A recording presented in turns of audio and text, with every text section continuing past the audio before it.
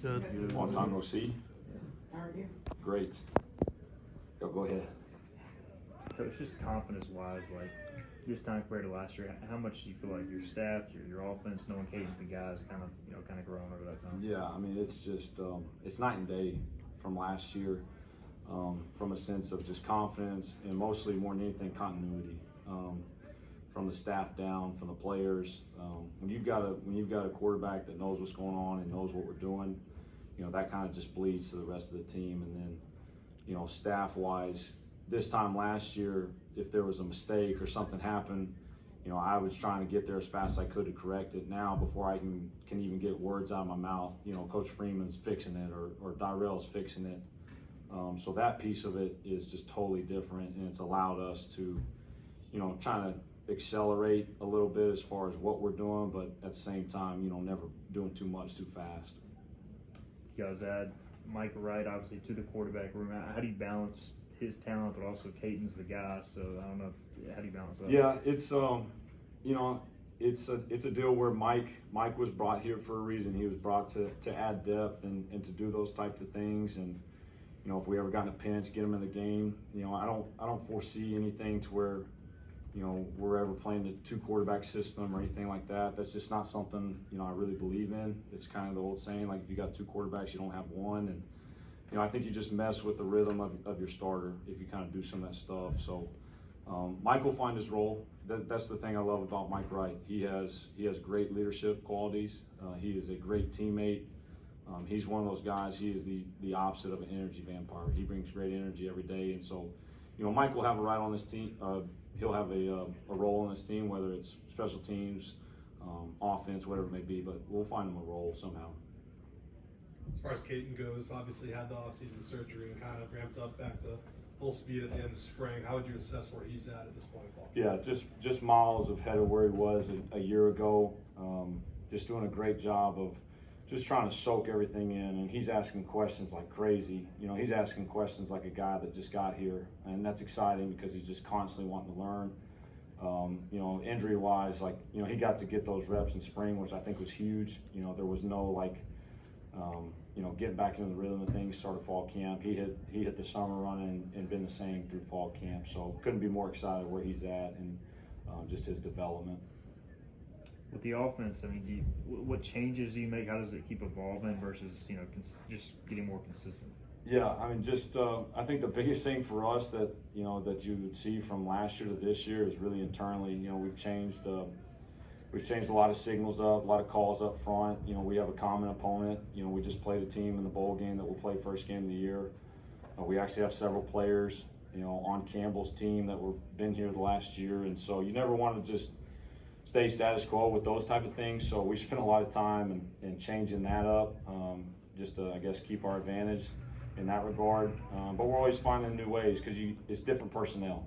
And for us, it's finding the best ways to use our pieces and the pieces to the puzzle that we have. And so that's the biggest thing for us is finding what our guys do best and trying to hone in and craft those things. Coach, as far as young or new guys to the team this year, is there anyone that's really stood out to you that you see make an impact maybe since last year? A couple guys in that receiver room that really excited about. A couple guys that are new, and Tyler Johnson and Quez Petaway. They're not loud guys, which I love, which is sometimes opposite of a receiver. They just come to work every day. And a guy that has been in our program since we've been here is a guy, Malik Leverett. Could not be more proud of him. Like his just demeanor is exactly what you want. It's a workman mentality. He's come to work every day and just kept his head down, and he keeps making plays, keeps showing up, and that's what we tell our guys. If you want to play for us, if you want to play, on this unit, you've got to build trust, and Malik has built a ton of that over the last couple weeks. You got Marlon and London coming back in the backfield. Just how have you seen them grow since last season? Yeah, they've been awesome. They're both, Marlon is such a great leader in that room. He's the older guy, and London's done a great job too. The thing I love about them is they're kind of the same way. They just come to work every day, but I can start to see them grabbing the young guys because that's a really underrated, talented room. Just all the way down, Dewan Lacey has flashed, Eddie Love's flashed, TJ has flashed, and so those guys helping bring those young guys around and get them going, I think is the best thing. But they've just been consistent. Marlon and London have, and that's what we ask from those guys. They don't have to make the home run play every time. Just be consistent and do what we're trying to get accomplished. You guys do a lot of different things up front, especially because you're an RPO team.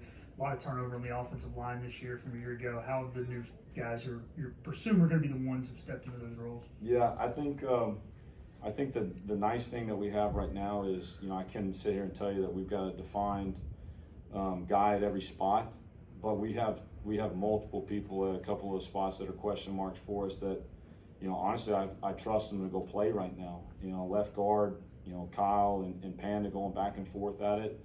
And that was something we didn't have a year ago. We didn't have 7, 8 guys, 9 guys that we trusted to put in the football game.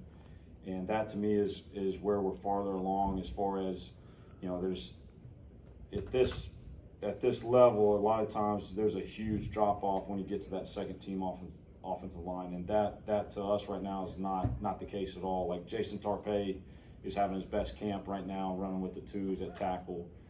He's a guy that has put himself in a position to go play in games for us. And if we're able to do that up front, we're a little different in that regard, being what we are. Like, we'll rotate those guys up front because, if I have 2 guys I can trust up front, if I can get them to go play 50 snaps, 45 snaps a game, that just means they're more fresh as the game goes on. And so that's something that a year ago, no chance we would have been able to do, but I feel like we're in a way better spot to be able to do it. When you look at the offense as a whole, how would you assess kind of the effort and intensity you've seen so far to this point in camp? Yeah, I'm really, really excited. And the main reason being is that this year, we're in a lot better spot as far as being a player-led unit.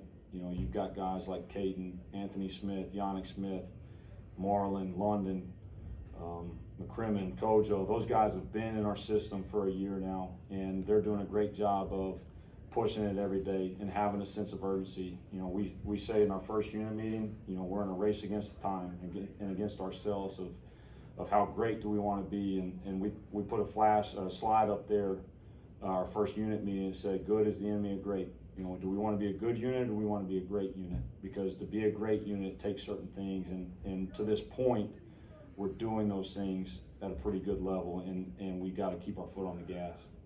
Is there anything specifically you're looking to learn from the scrimmage upcoming? As always, it's us establishing the run game. Those guys up front doing a great job, backs running through tackles.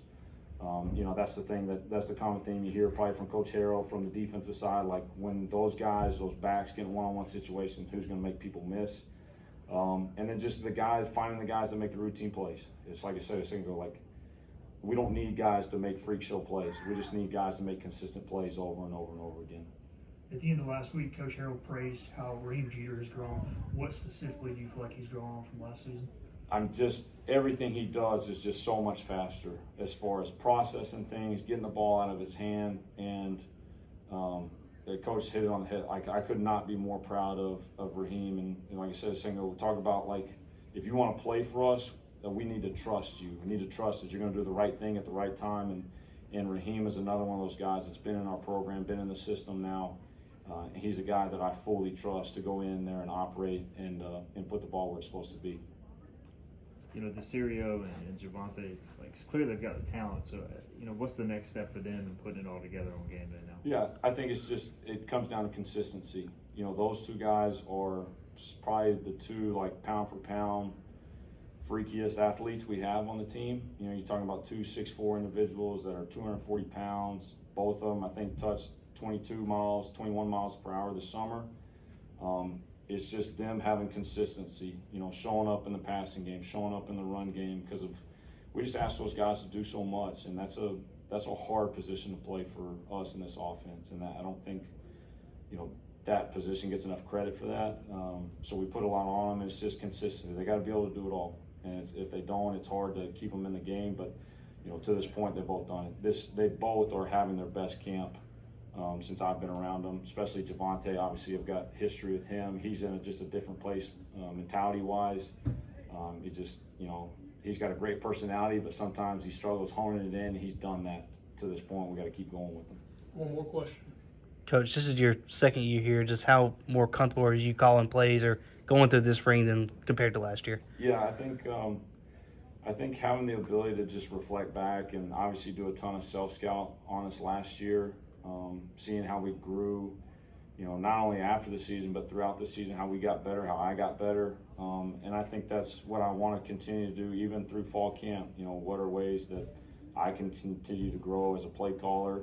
But just like I said earlier, just so much more comfortable just because of the continuity. Like having the same exact offensive staff we had sitting in that room a year ago, like that's so undervalued because we're all speaking the same language. You know, I don't feel like I'm having to fix 1,000 things. I trust those coaches to go do it for me and say exactly how we want it. And so just couldn't be more comfortable and just excited for, you know, obviously the players we have, but also the staff and just the continuity there. Thank you, Coach. All right.